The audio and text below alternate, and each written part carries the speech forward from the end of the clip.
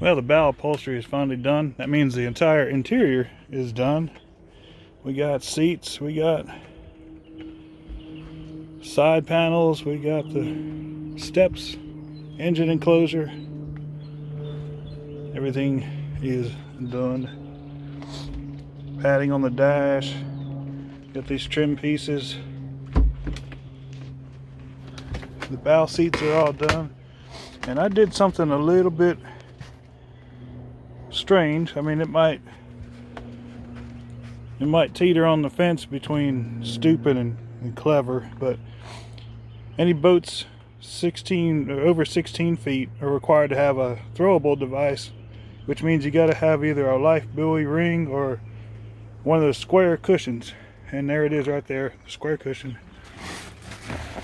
Mine is built into the seat, so I won't have this awkward thing kicking around at a place. Yeah, it doesn't quite match the blue, but you know what? That's fine. It's gonna look nice and neat. Be able to grab it at any time. If anybody's sitting in there, I'll just throw them overboard and throw them something else. So there it is. I'm wrapping it up. Moving on to the outdrive next. There's Tougher. She's been a big help. So bye for now.